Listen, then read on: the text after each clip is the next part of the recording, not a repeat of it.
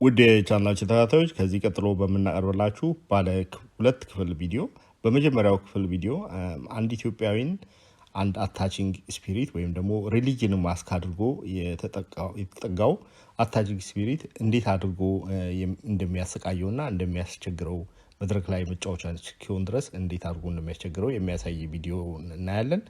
በክፍል ሁለት እንዲህ አይነት ሪሊጅን ማስክ አድርጎ ኢትዮጵያ ውስጥ በስፋት ከአትሌቶች፣ አርቲስቶች፣ የተለያዩ ሰዎችን የሚያጠቃ መንፈስ በዌስተርኑ ዓለም እንዴት ተጋልጦ እንዲህ አይነት ቲያትሩን እንዳቆመና ከዚህ ቲያትሩ ማቆም ጀርባ ያለው እንደዚህ አይነት አታቺንግ ስፒሪት ወይም ሪሊጅን ተጠቅሞ ሰዎች ላይ የሚጣበቅ ኔጋቲቭ ኢነርጂ የሚጠቀምባቸውን የተለያዩ ተንኮሎች ሰዎች ሪያሊቲ ውስጥ ወይም ሰዎች ህይወት ውስጥ ገብቶ ተጣብቆ እንደ ደባል ሳይሆን የነሱ ህይወት ላይ እንደ ባለቤት ለመኖር የሚጠቀምበት ወይም ከሰዎቹ ላይ የህይወትን ኢነርጂ ድሬን አድርጎ ለመውሰድ እንደ ፓራሳይት ተጣብቆ የሰዎቹን ኢነርጂ ለመውሰድ የሚጠቀምበትን መንገዶችና እንዴት አድርጎ ይህንን ነገር ማስቆም እንደሚቻል ዛሬ በዌስተርኑ ዓለም ውስጥ ከጸበል ወይም ደግሞ ከተለያዩ መፍትሄዎች በላይ እንዲህ አይነት ነገሮች ተጋልጠው ሰዎች በእውቀት ይህን ሲስተሙን በማወቃቸውና እንዲህ አይነት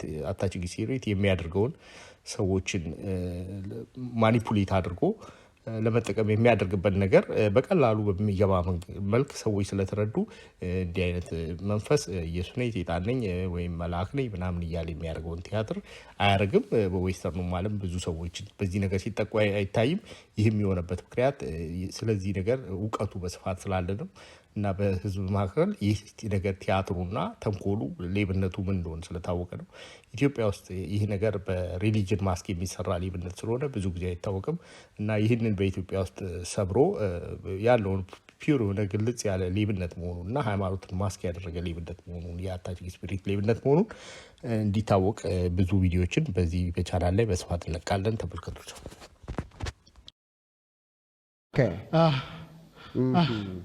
ማን ነው የቃልቻ ስም? ማርያም። ማርያም የእናቷ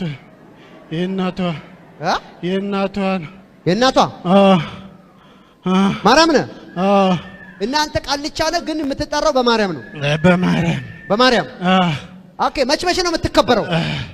እሑድና ቅዳሜ ነው። እሑድና ቅዳሜ ያከብረዋል።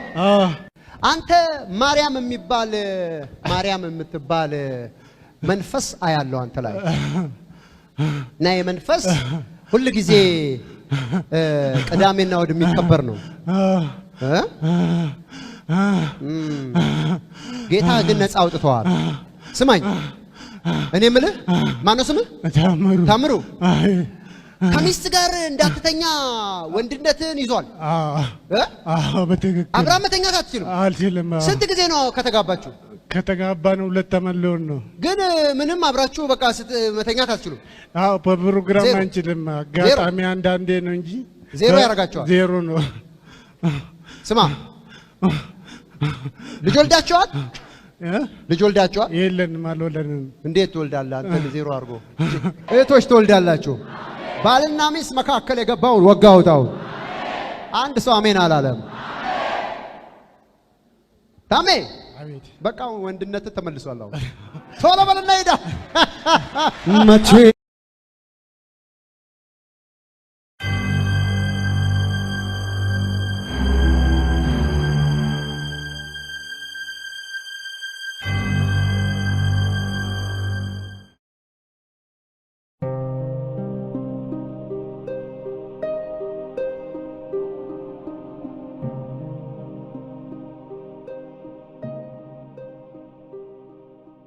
Attached entities are the disembodied spirits of people who have died and not found a way to move on.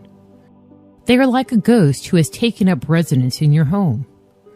What separates an attached entity from its closely related cousin, a ghost, is that the attached entity take their interaction with us one step further. They single out an individual to haunt and then penetrate their auric field. The aura is the electromagnetic field around the body. It is our personal space. It can be likened to a border that marks where we end and another begins. It is what energetically separates us from others and supports our ability to remain clear about who we are, what we think, and how we feel.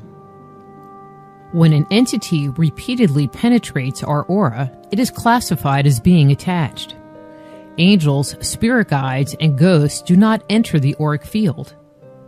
Even if a ghostly presence is mean, vindictive, and spiteful, he or she still honors us in our personal space. Attached entities, on the other hand, seem unconcerned with our boundaries and can routinely and regularly enter our energy field. All attached entities are parasites. Their vibration is low. They are typically ego-driven, emotionally negative, and out for themselves. Their motives can be summarized into 2 words: control and manipulation. Their endeavor is to create a symbiotic relationship with us, with the cards stacked in their favor. When an entity is in our auric field, we experience their thoughts, feelings, and emotions as if they were our own. The sufferer often assumes that they are responsible for creating the ongoing patterns of negative thoughts and undesired emotional responses.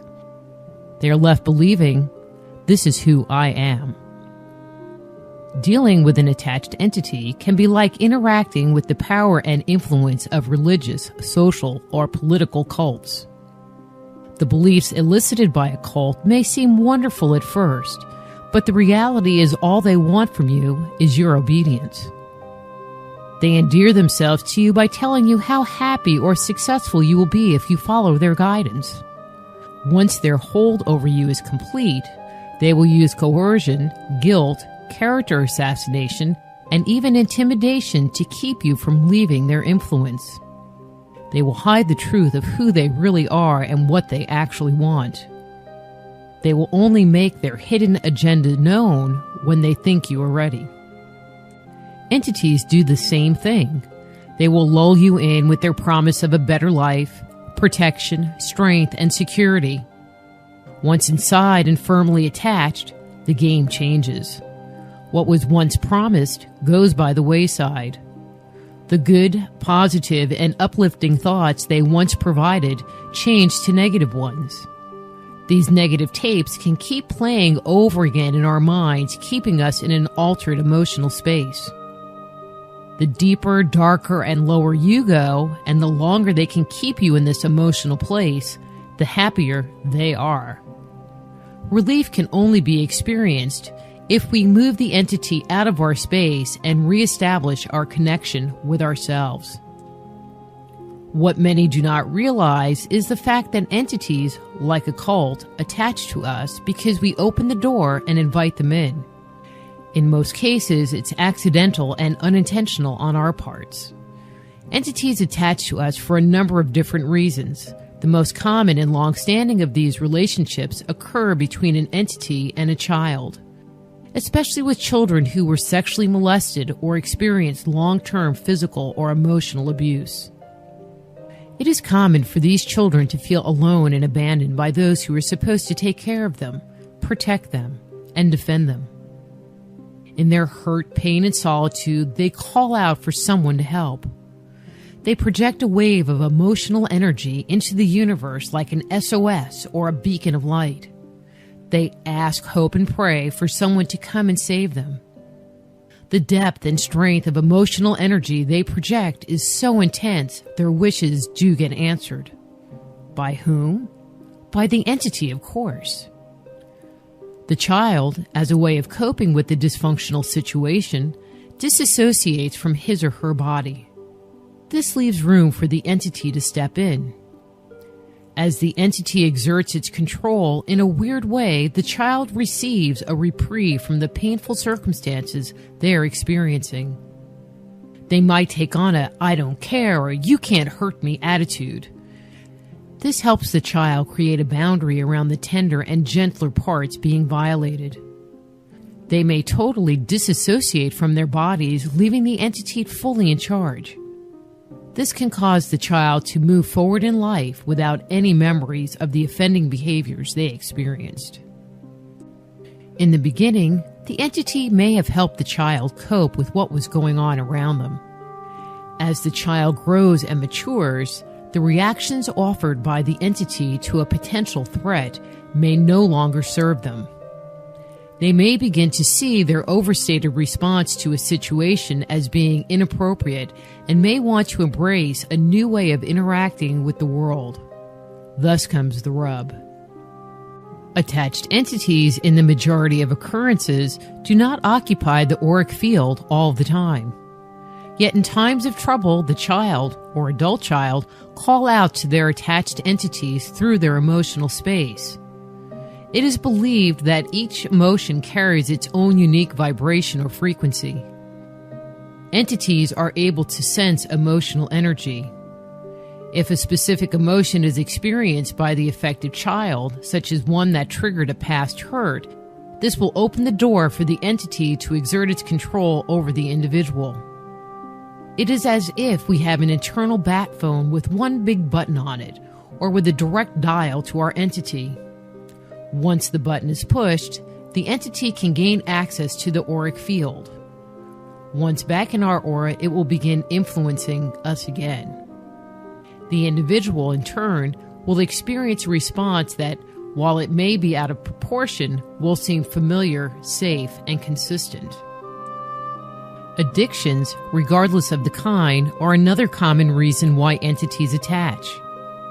Addictions can include drugs, alcohol, sex, gambling, and even interacting with computers. The altered states these behaviors create within the body can be a calling card inviting entities into the auric field. When we are intoxicated, for example, we naturally put down our boundaries and drop our guard. This makes it easy for an entity to enter into our auric field. These entities often want to live vicariously through us. They are looking for one more drink, one more high, or another encounter. We often hear stories of people with drastic personality changes when they are under the influence. When an entity is involved, a nice, clean-cut, calm, and humble man may be instantly transformed into something unrecognizable, a veritable Jekyll and Hyde. Some individuals after a binge report they just weren't themselves and end up regretting their inappropriate actions. Others have no recollection of what they did or where they were while under an entity's influence. Once the drugs or alcohol wear off, it is difficult for the entity to enter their aura. It is in the entity's best interest to keep them addicted. It will work hard at keeping the object of their compulsion on the victim's mind.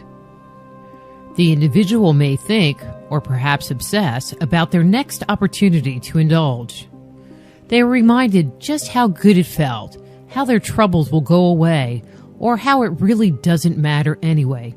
So go ahead, just have a little one for old time's sake. It'll be okay. Another way in which an entity can attach is through tools of divination. It is only in recent years that occult principles have been made available to the general public. Formerly, those who explored its secrets were highly trained in their concept and use. Warnings and precautions have always surrounded its use, and for a good reason. When dabbling with these seemingly benign tools, techniques, and methodologies, a door can be opened, a welcome mat can be put out, and a sign can be posted inviting an entity into our personal space. Ouija boards, for example, fall into this category. Calling spirits to you is the sole purpose of the Ouija board. Popularized in the mid-19th century, Ouija boards are said to allow the user to receive messages from the other side. Strong warnings exist regarding the use of a Ouija board, yet individuals still play with them hoping to receive divine guidance from the spirit world. If done without precaution, you never know what might arrive. This includes negative entities who have an agenda of their own. The use of techniques such as automatic writing or even just calling in our angels and spirit guides can also leave us vulnerable to an entity attachment. It has become popular for people to ask their guides and angels for support and guidance. They are not typically specific about who they are summoning. When their guide does appear, they do not evaluate its energy. They're just happy someone has shown up in response to their request. If, however, you call upon your guides when you are scared, depressed, frightened, or sad, you can accidentally attract a negative entity that can ultimately cause more harm than good. Tales of individuals who end up with an entity attachment through this method are essentially all the same. At first, the communications, insights, and advice the individual receives appear divinely inspired. The good feeling the entity provides tricks the individual into trusting it. Mistakenly, they let down their guard and invite the entity in even further. As time goes on, the entity's messages start to change. What was once helpful, uplifting, and useful now become communications that can provoke fear, intimidation, and control. Some, since they believe this communication is coming from a higher source, may act upon the messages they receive without discriminating their pros and cons. Entity attachment is a very real phenomenon. Thankfully, it is possible to break the agreement between the entity and the individual. Sometimes this process is simple. At other times, the entity is so embedded into our consciousness that removal, although not impossible, can be challenging. Freeing oneself from the grasp and control of an attached entity can be life-altering. It can open the door to a whole new outlook on life and help to create a future that in the past could only have been dreamed of.